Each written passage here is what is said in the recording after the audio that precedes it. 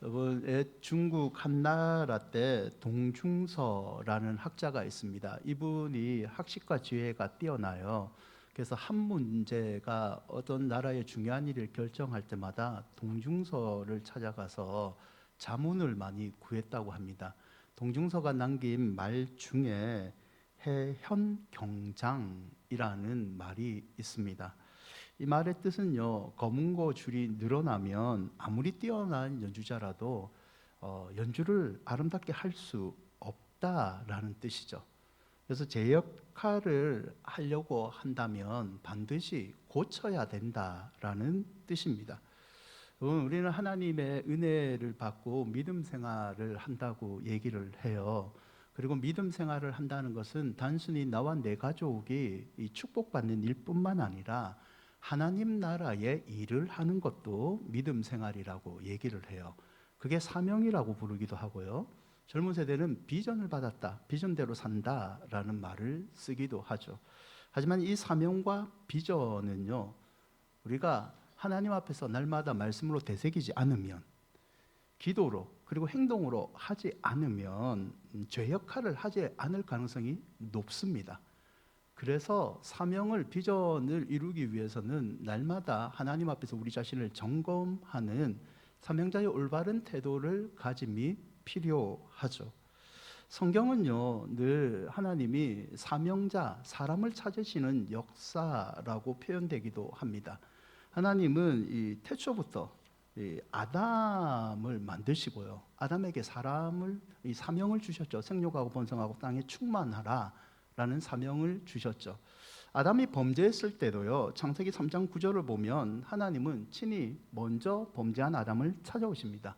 내가 어디 있느냐, 아담을 찾으시고 범죄한 아담에게 또 다른 은혜를 주시고 그리고 또 다른 사명을 주시죠.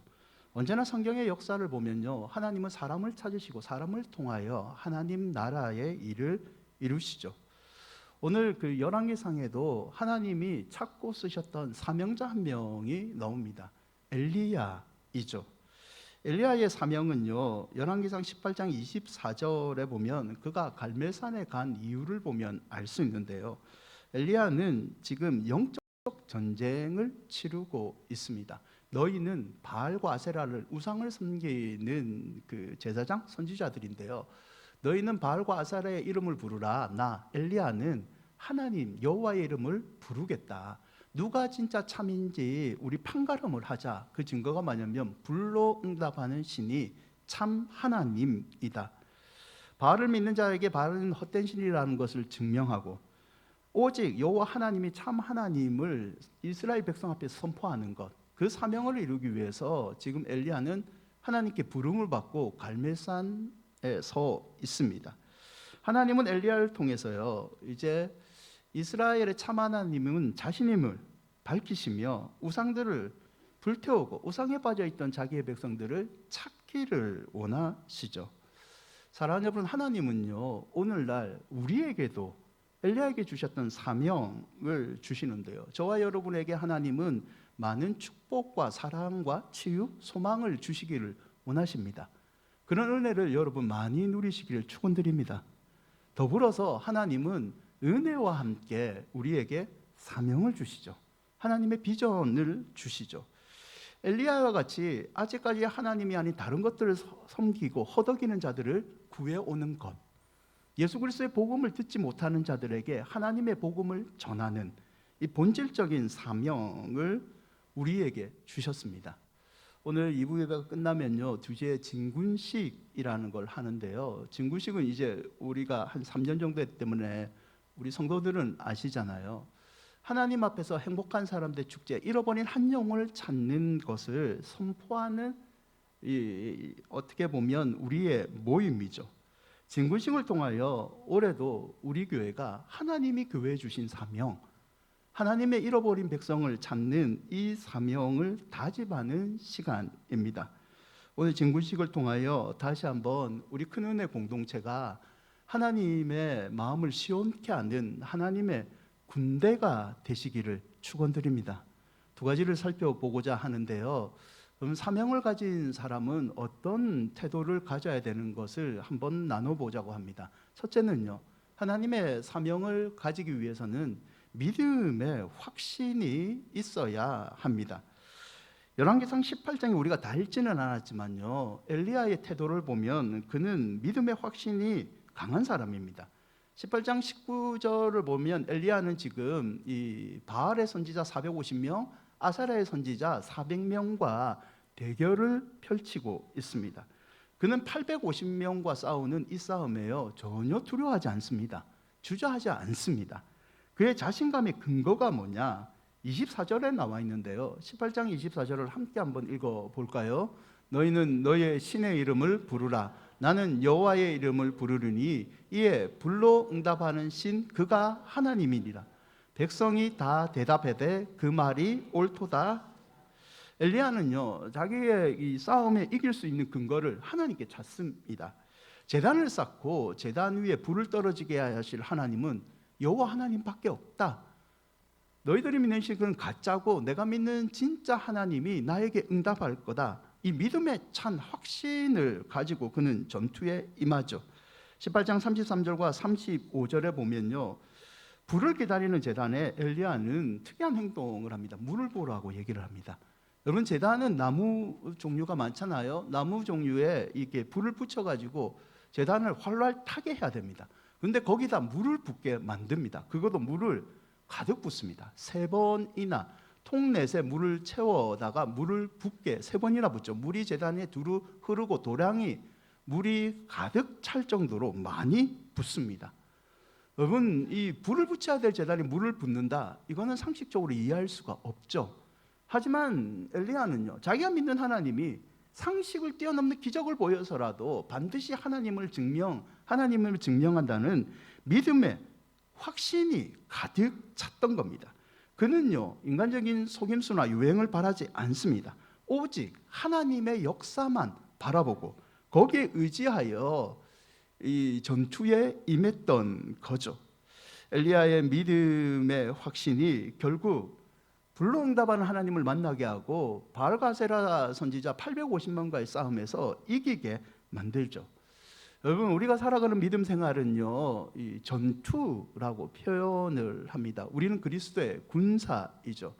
세상 살아가면서 하나님의 위로와 하늘의 지혜도 받는 것도 중요하지만 하나님이 우리에게 성도로 부르실 때는요, 그리스도의 군사로 불렀습니다.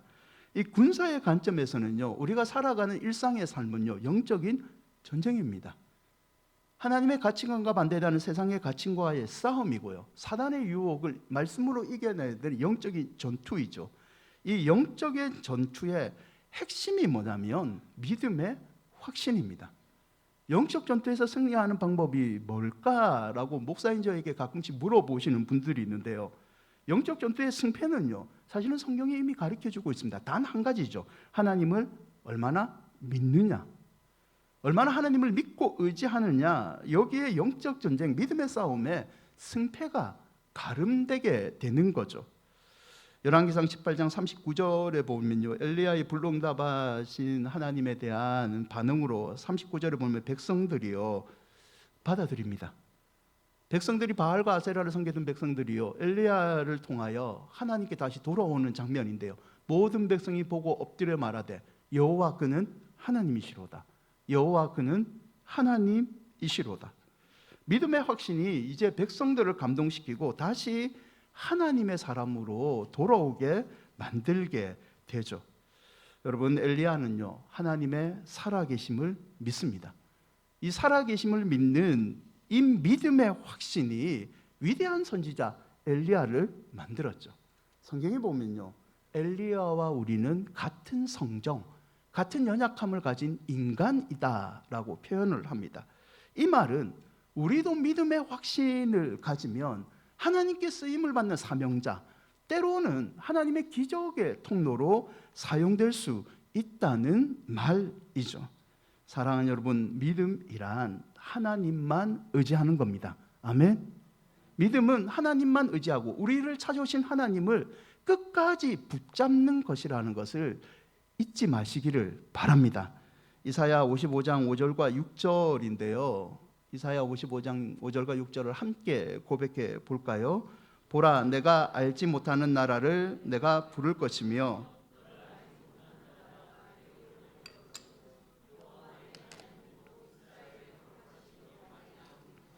이는 그가 너를 영화롭게 하였느니라. 너희는 여호와를 만날 때 찾으라. 가까이 계실 때에. 오늘 예배를 통하여 특별히 조금 있으면 이루어지는 진군식을 통하여 우리가 믿는 분은 하나님밖에 없다는 이 믿음의 확신이 다시 한번 여러분 삶 가운데 넘치시기를 축원드립니다. 두 번째는요, 사명자가 가져야 될 이 태도는요, 믿음의 확신이 있다면 무너진 단을 수축하는 태도를 가져야 합니다. 하늘로부터 떨어질 불을 기다리는 갈매살은요, 날이 저물어가는 시점이었습니다. 이때 엘리야는요, 이제 본격적인 행동을 실행을 하는데요, 18장 30절에 보면 그가 먼저 한 행동은 여호와의 제단을 수축하는 행동입니다. 여호와의 제단은 지금 예배당과 같이 하나님께 예배하는 곳, 하나님의 임재가 있는 곳이죠. 백성들은 여기서 영광스러운 하나님을 만나고 은혜를 받습니다. 그런데 30절을 보면 이 여호와의 제단이 무너졌다라고 성경은 기록하고 있죠. 제단이 무너졌다는 것은 사람들이 하나님께 예배를 하지 않았다는 겁니다.